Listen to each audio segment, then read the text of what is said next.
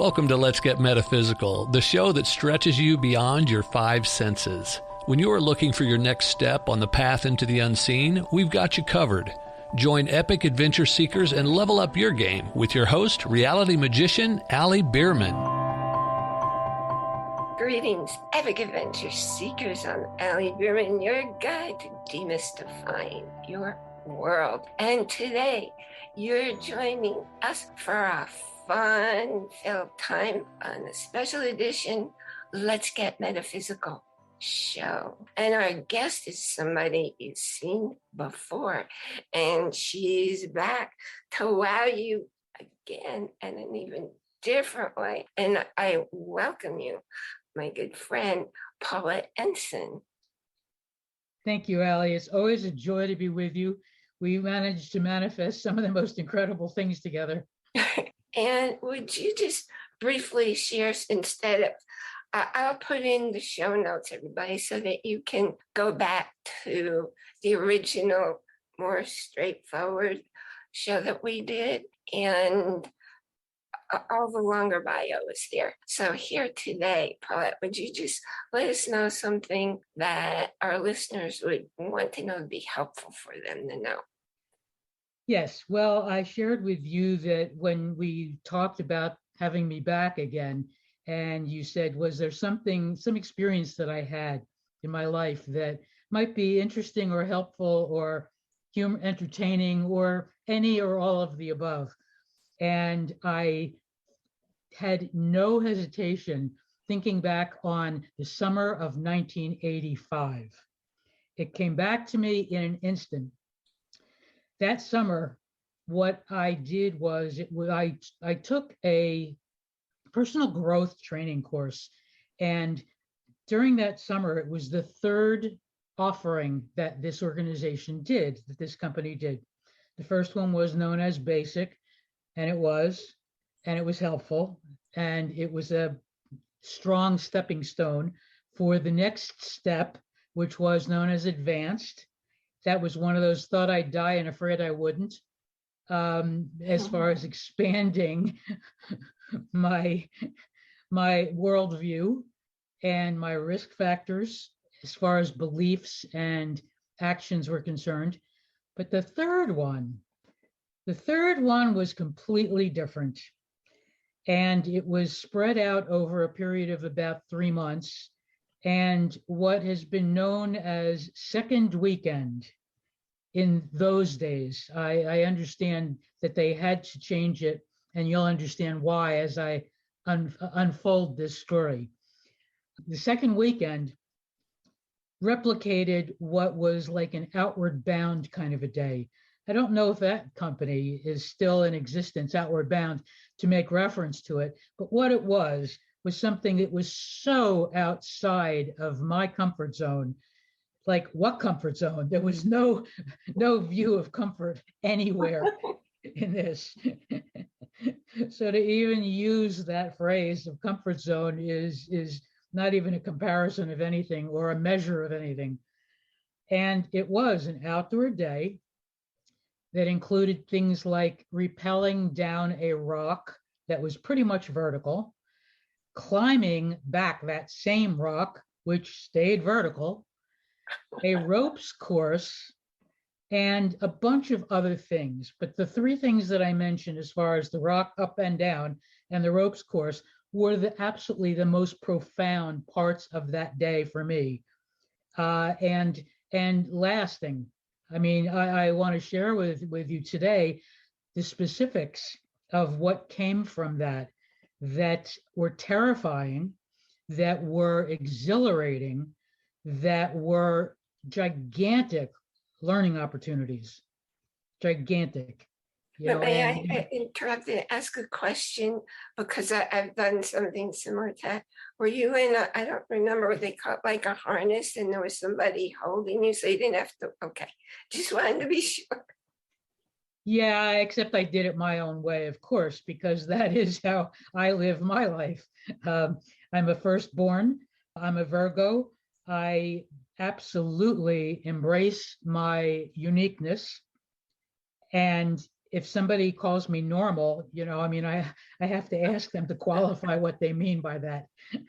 I've done a lot of personal work in my life and have recently completed quite a substantial era of a lot of self-improvement work.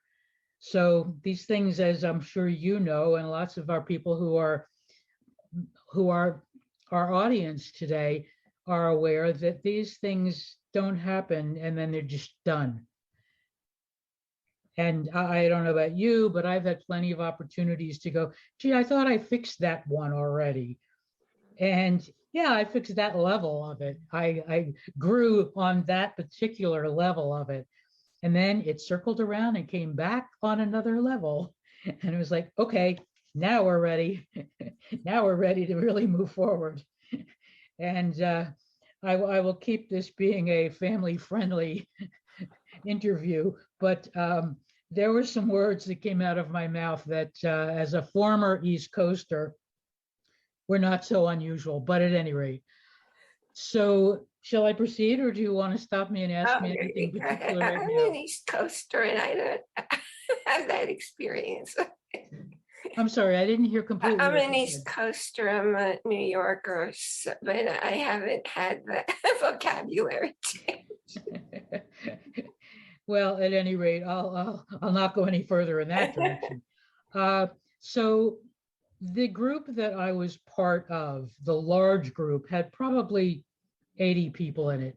And then from that group, throughout the entire 3 months, we were assigned to small groups. And the small groups really functioned very cohesively. So we knew each other well, the good, the bad, and the ugly. And the first thing that I can remember on this day, and this was in northern New Jersey, the particular location of the training that I had been in for that 3 months was in Manhattan, in New York City. But this particular day was in northern New Jersey, along Route 80 someplace. And it was at a facility that was equipped with staff, well-trained staff, to aid our ongoing leaders in our small groups. And of course, like anything else in life, we had a wide range of interests, of capabilities, of attitudes. And like everything else, I took it my own unique way. So the rappelling was the first thing.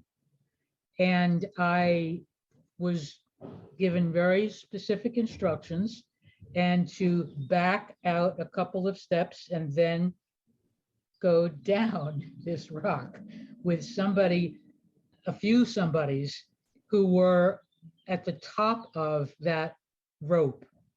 I was definitely in a harness and a rope, and I am never going to pass for Twiggy in this lifetime. So, I was giving people maybe a little bit extra challenge on top of that, as far as making sure I only moved when I intended to move and not just fell. So I'm backing down, I'm taking steps backwards on this rope. I mean, the first one, like so much else in life, that first step was the hardest one in that particular moment. It's like, you want me to do what? I looked down, I saw how far down it was, and I added some adjectives and adverbs in there. And I said, you want me to do what I think I heard you just, yeah, absolutely. Now, I was not the first person to do it in our group. So that helped maybe a little tiny eensy bit. So I did it and I survived fine. And it was one of those things in life that I never would have imagined. I wouldn't wake up one morning and say, gee, I think I'm going to go rappelling today. But wait, there's more. So at some point, and now it's far enough behind me that I don't remember some of the details that are inconsequential anyway, as to whether we then immediately went to climbing back up that rock. So for our purposes today, I'll just pretend that that's what happened next. And in those days, I was getting a manicure and I wasn't teaching string instruments anymore. I wasn't playing the violin anymore. So It was okay for my nails to be past the end of my fingers, which may sound like a so what, except for the fact that for a lot of my life, I was a violinist, and you can't have fingernails past the end of your fingertip. So, I went for the full deal of getting manicures. I was doing a lot of speaking, and I wanted to look as good as I possibly could. So here's my nails with polish and nicely done, and I'm climbing this rock. And I'm going, and the people who were in my small group were cheerleading me on, and they were saying, Paulette, put your right hand up 6 inches, and there's a place you can grab the rock there. Move your left foot up a little bit more. So they were cheerleading, and I was going. I wasn't even breaking a nail or chipping a nail, which, of course, in the grand scheme of life is for everyday stuff, doesn't really matter. However, it adds to this story that, I was functioning fine. I was climbing this rock. I get to almost the top of it. And one of the two leaders of our small group that we had been with for the 3 months, laying belly down on the very top. And I'm maybe 2 feet from the top. And this was a pretty substantial climb. I don't know what the measurement of it was. And frankly, I don't care because the numbers didn't matter. The experience mattered. So I am convinced I am wedged in, and I'm very close to the top. And this other leader from our group, laying belly down on the top, and he's speaking to me very quietly. And he says words I will never forget in my life. He says, come on, Paulette, one tit at a time.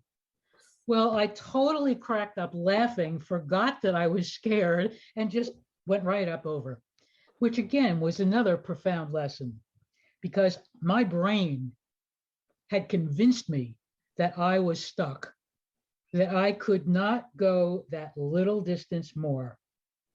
I was convinced. I mean, and that brain conversation got louder, not conversation, but monologue got louder and louder and louder and convinced me more and more and more that I was stuck. I didn't know what the heck was going to happen next, but I was convinced that was my reality. But as soon as he said that, and he was kind of a, he was kind of I mean, he was a pleasant guy, no question about it. But to hear that come out of his mouth was almost not, it was almost out of character for him.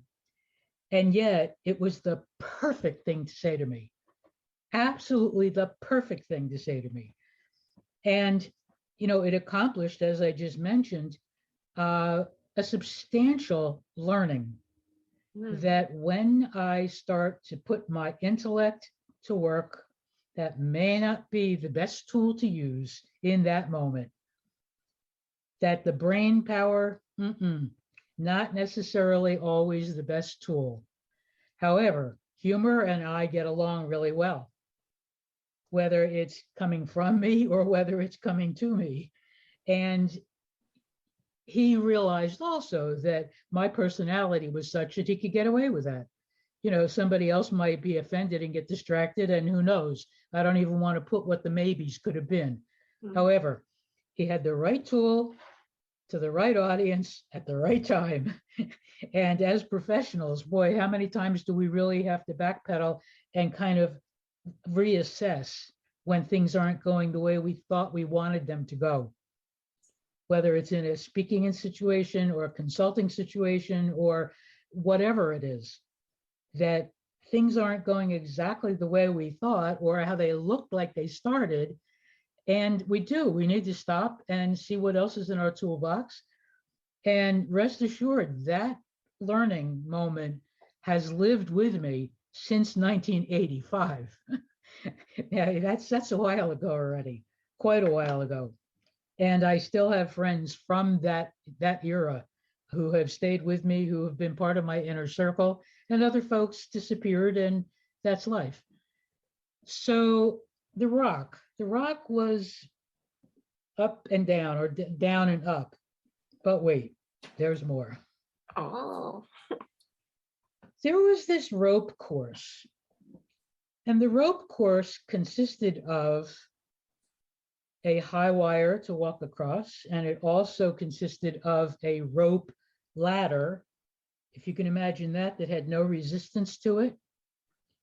And I do not even remember at this point how I got up there. I think it might have been that there was like a leaning rope ladder, but it was almost like triangular, so that there was more to grab, and it was gradual, so that I ultimately got to where I needed to get to. And yes, I was harnessed, and yes, there were all kinds of ropes on me and around me and whatever. And I get up to where the rope ladder is, and I'm playing Tarzan.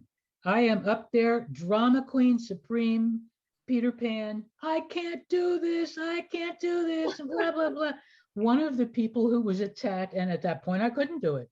One of the people who was attached to that property as an employee shimmies up this tree next to me. Now I'm having all of this difficulty. He just shimmies up the tree. He's like, don't worry, we'll help you. We'll get through this.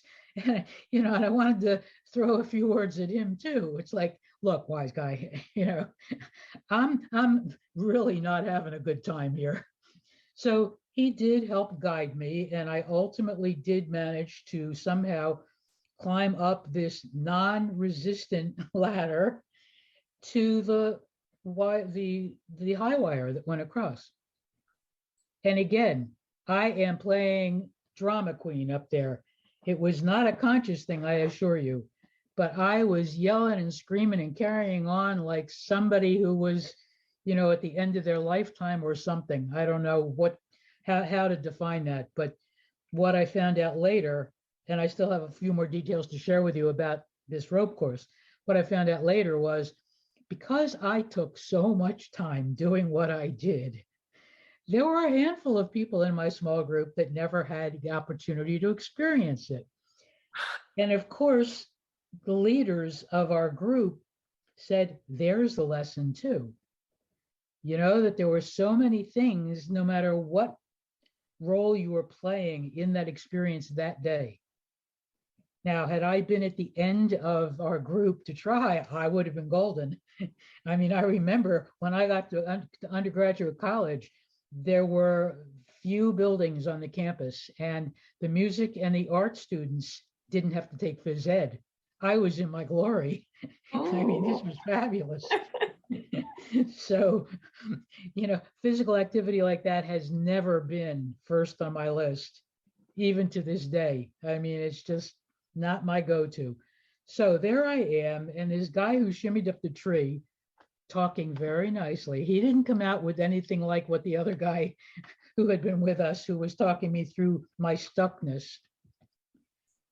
I see this wire and this rope, high wire, and I'm looking at it and I'm thinking, how am I going to get from here to there? And I mean, it was right there. I could put my foot on it. However, my brain kicked in and said, that's not the best way to do that. So I went butt first and got onto that high wire. And when I ultimately got back down safely, the guide attached to that property said, we've never seen anybody do it that way. That had to be the hardest way possible. I said, I saw it as the only way. Now, again, gigantic lesson. Nobody told me that was the hardest way to do it. But my viewpoint was, that's the only way I can imagine doing it. So talk about the blinders being right here. How often in life does that become part of our reality? I only see it being done one way. Well, that's the hardest way. We've never seen anybody do it that way before. So I did get across there, and think back that it is summer and that it is getting to be like 5 o'clock. And even though we're not approaching sunset yet, the light has changed in this whole experience. So apparently I didn't take so much time that nobody could follow me, but the entire group didn't have a chance. So there were a couple of people after me who were a 180 from my attitude about doing things like this. Mhm. And they were comfortable, they were enthused about it, they were stoked, they were good at it. So the guides had them do it blindfolded. Yeah, right. And they just did it, like monkeys. I mean, they just went, okay, this is my habitat. I'm just going to go. And I'm going, really? Really? So as the day ended, and I realized that no body parts of mine had been damaged, and that maybe my ego took a hit, but so what? That's not the first or last time. And that I had done all of these things, and I was still recovering from the emotional aspects of all of it. And there definitely were other activities where trust falls, things like that, off a trampoline, and that a group of people had to catch you. Well, how many people have you and I each met in our lives, including me, I'll cop to that, have had trust issues? Well, that's a different kind of risk than that high wire rope situation and the rappelling. But boy, it still can be a big risk of trusting somebody, especially with your physicality, especially with that. So there were lots and lots of things that were part and parcel of that entire day. And the things that I mentioned to you clearly, easily stand out. And that now I have been able to see them for what they have been, to see them as, yeah, I accomplished things that I never thought I could accomplish. And that I did it in what actually was a safe environment with lots of guidance and lots of people to pick up the slack, and situations that in many cases I haven't even articulated the way I did just now. So that the further it gets in the rearview mirror, the more value I see to what those risks actually turned into. And of course, the very next day after all of this, we were back into this hotel ballroom where we had been meeting as an entire big 80 people group. And a couple of the small group leaders, they knew that I was ripe for picking on and said, Paulette, I think you learned a few things during that experience, didn't you? Like rock climbing, so what were the magic words that allowed you to get unstuck? And, I mean, again, they knew their audience. They knew that I didn't have any issue sharing that. And that I'm sure in some different kinds of ways was helpful to other people. That at that moment intellectually, rather than actually being in the experience that I was in, but nevertheless may have served some positive purpose in the experiences that other people had in their lives. So I have not talked about that whole day in many years. So thank you very much for giving me the opportunity to do that, because now, I mean, I used to really look down upon it in certain ways and say, what did I ever do that for? But the more and more journey, bricks of the journey that I travel, the more I realize what a really magnificent gift that was for me, tapping my willingness to stretch, tapping my trust, tapping my physicality, which has been a lifelong issue for me, in really seeing my body as my friend rather than my enemy, because I had really established lots of evidence about not being good friends with my body. So all of those different things that we talk about in Let's Get Metaphysical, higher power knew, okay, you're up for this. You got the stuff to do it. Just get over yourself. And as simple as that sounds, it looks better in the rearview mirror than it did looking straight ahead. And here we are. So I have a question for you. If you had it to do over again, would you do it? Knowing what I know today, or as a novice? Knowing what I know today, I want to quickly say yes, although that's just a little too quick for me to answer that question. Wow. I'm not looking to play hero here, because what I have said consistently since then is, okay, I've done that once, don't need to repeat it. My awareness takes me to, there have been lots and lots of other opportunities since then in different ways to test where I am with the trust, with going beyond my limiting beliefs, with my relationship to my body, with lots of things outdoors, just the physicality of it, that were advanced course from there. So I don't think that it really matters if I'm willing to repeat that again, because now when I take inventory, I realize there's been plenty of other things that have come in at a more advanced level, just like what I was saying at the very beginning of our visit today, that we think we've got one thing fixed, and then it comes back around in a spiral higher. And that really connects what your question was just now, would I do it again? And what I responded to you about how there's been so many other things that look different, but strip it away. And it was definitely stretching to the next place in various aspects of my spirit and my spirit in this body. It reminded me, I went to something called Enlightened Warrior Camp. It was a whole week. So there was stuff similar, but quite different from what you were doing. And then some other things that we're not supposed to talk about, but you had to earn the t-shirt from the camp. They didn't just give it out. And I've always been an outdoor person.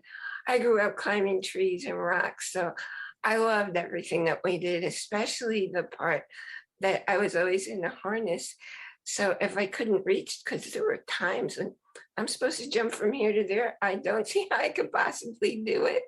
So I got to fly because they lowered me down. I like that feeling a lot. Well, it probably looked pretty funny when I did it. I can't do this. I can't. Convincing myself. But and that's the perfect example to put up next to how I characterized my experience. You talked about how it was a wonderful feeling for you to feel like you could fly. My experience of flying in a harness with ropes and people around me was terrorizing. Wow. I wasn't seeing the fun part of it at all.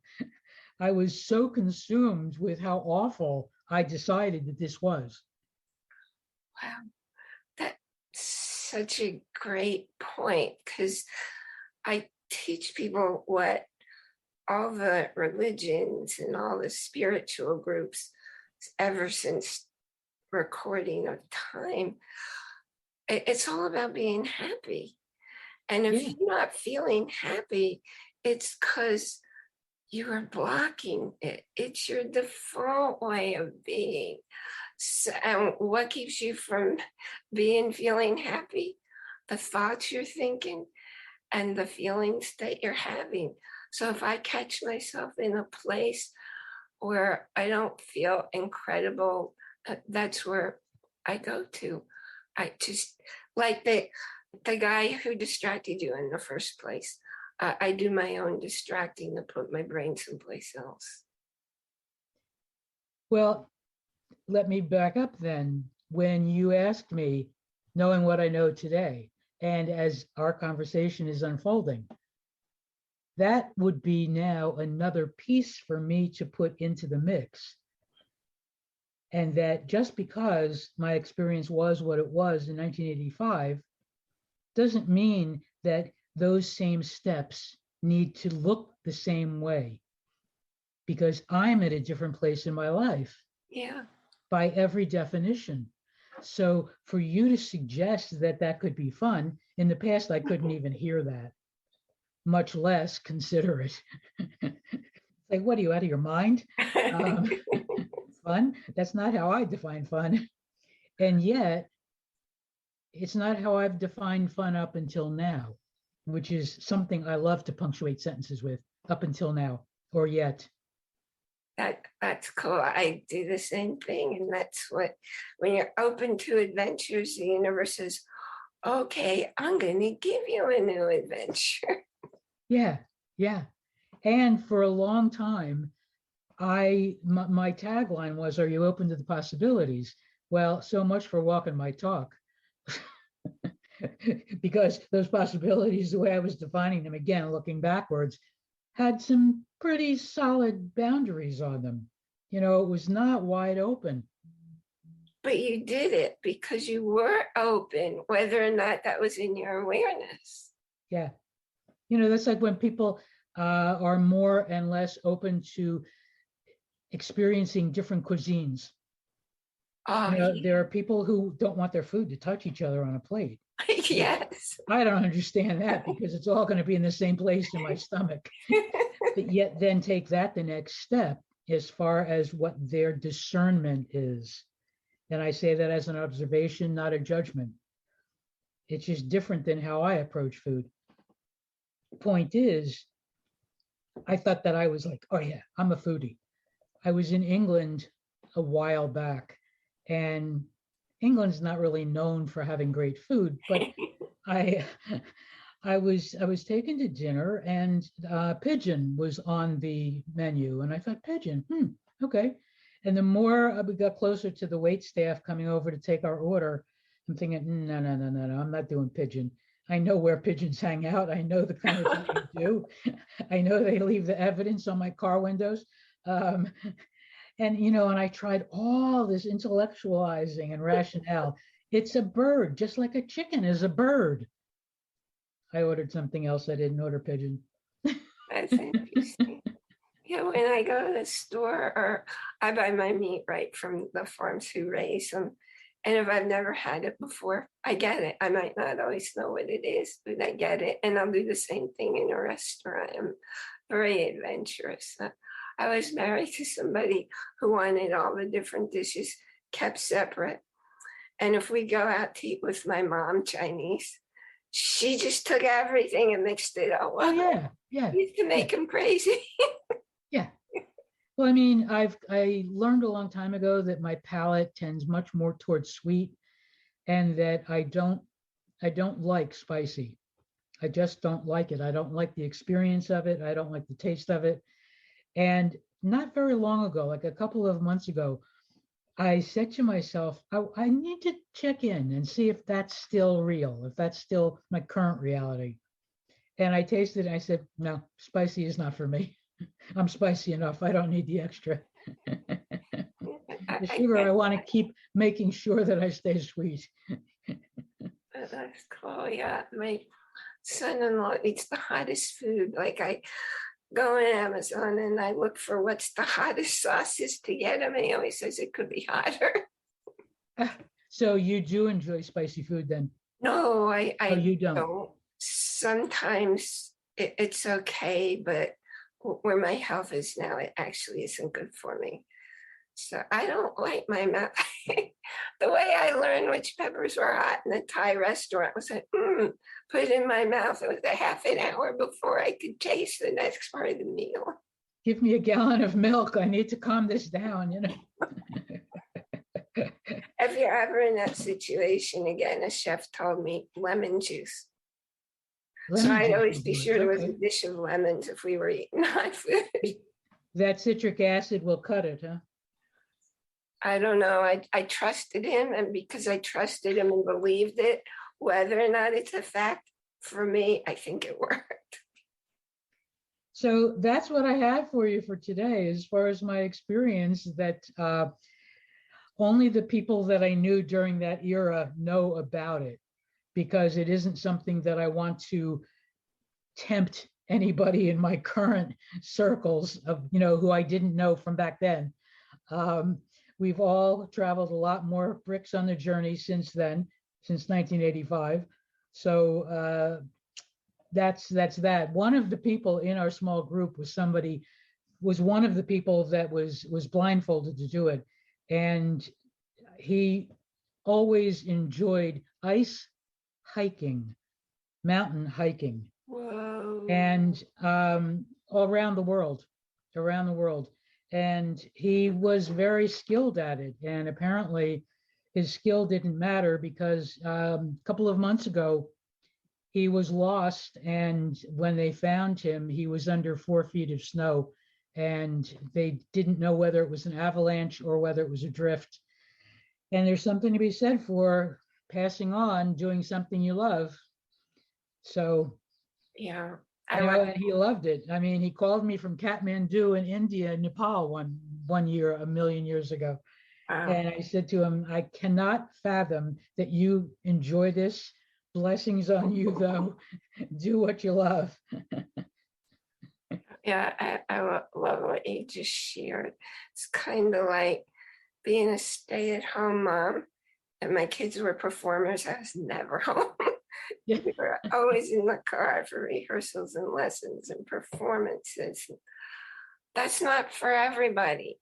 Right. So if people knew my schedule, they would probably think, in fact, I didn't know anybody who had the kind of life that I did. So, but if it works for you and it makes you feel good. Yeah. So, yeah, I watch people do the ice climbing, and I think they're nuts, because how can you count on the ice to hold? But yeah, he probably and it's like base camp, base flying, where you jump off a cliff and you land or you don't. I mean, you land, but the question is, are you still in one piece and are you alive? Are you There's talking people about that are adrenaline junkies. That's not mine. Oh yeah, I've watched extreme sports like that. Oh my gosh. Yeah. I'm okay watching them. I wouldn't do them. Right. Like the 29 feet high waves that people surf. It's I'll be a good audience for you. Yeah. like, Well, if there's anything else you want to ask me, please feel free to. Otherwise, well, that's what I got for you for today. I know that you've shaken up your business and you have a really cool business. I wondered if you'd share with me the changes that you made and the new stuff. Yes, I'm happy to do that. I do help subject matter experts, which means everybody on the planet, because my belief is we are all an expert at something, even if we haven't acknowledged that to ourselves. It doesn't require a degree. It doesn't require special training. It requires waking up in the morning, living your life, and noticing that, gee, I'm really drawn to whatever, or this experience in my life, other people may benefit by knowing about it. So for the past 30 years, I've been very honored and privileged to be able to support subject matter experts in turning their knowledge into information products that are not books. There's plenty of books around. There's lots of other people who do books. You may recall at the beginning of our conversation, I said I really embrace my uniqueness. I don't have the patience to write a whole book. However, I did write a booklet a long time ago and had a lot of success with it. Sold over 1.5 million copies back in the early 90s into the early 2000s. And people wanted to know what I did to do that. Over 1.5 million copies. It still amazes me today. Wow. And this has become my business, where now the newer things are not only to sell printed copies of things, and yes, people still are printing, depending on how they want to use it. But there's also the opportunity to license the content, which means you're renting it. So with all of our activities that happen for many of us, not everybody, but for many of us online, there's endless opportunities to rent your information out to major companies, associations, smaller companies. I'd like to just share with you a couple of things that really are great examples of what I mean with taking an experience and or taking your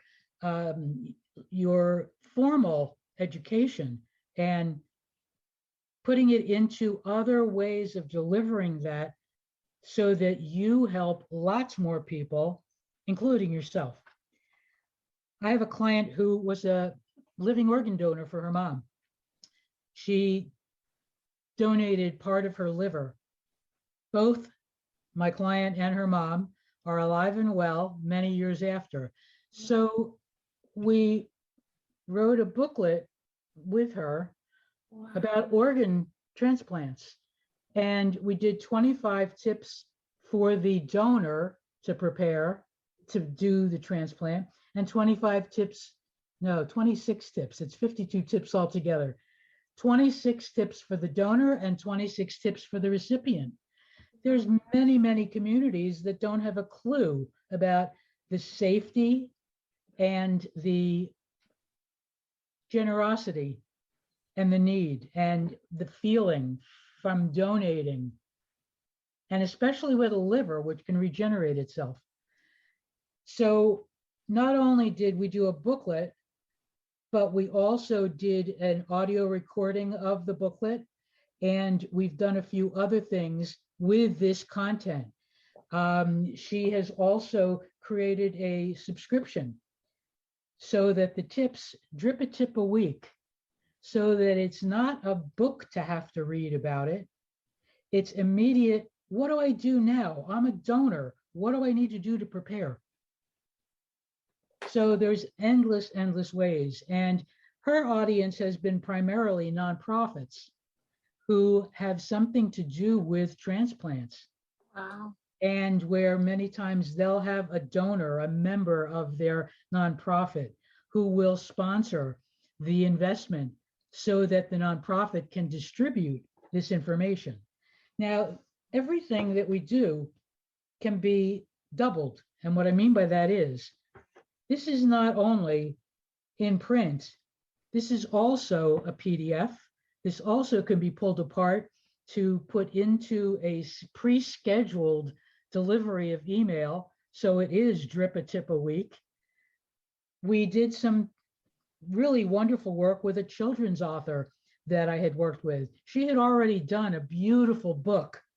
And again, I don't get into helping people create their book. There's plenty of people to do that. However, she already had the book. And what we did was we took 2 pages of the art, a 2-page spread, and made jigsaw puzzles for it. We also did a card deck. We also she went into the recording studio and recorded it. So those are 2 good examples of how my company and I, my team and I, help people who have been through really valuable experiences and want to share it. Their generosity is that, they want to help people because they went through the experience without that information themselves. And it helps make a better world. With each person that we can help, it just spreads. It just spreads.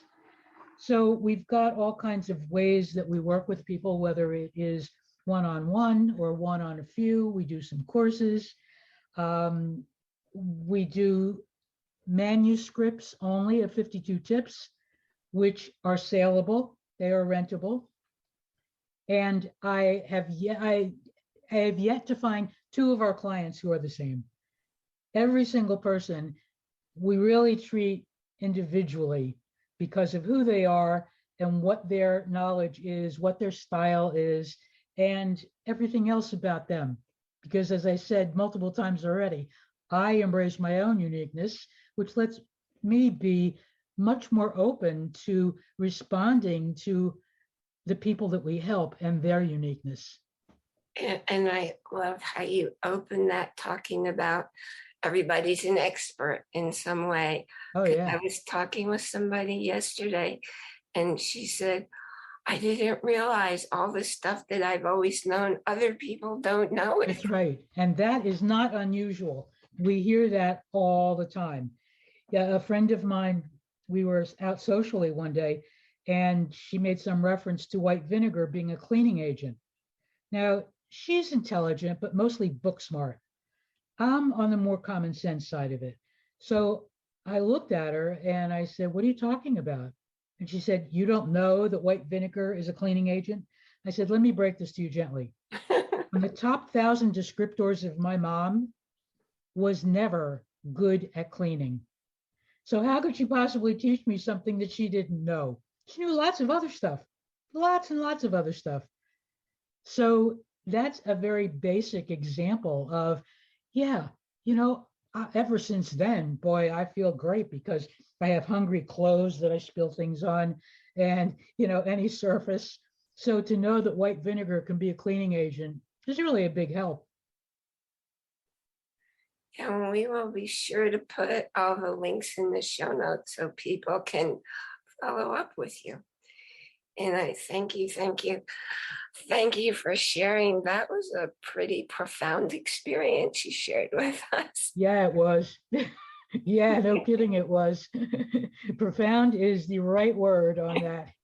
And it was very bold to share it with people who, but there are a lot of people who have that kind of feeling.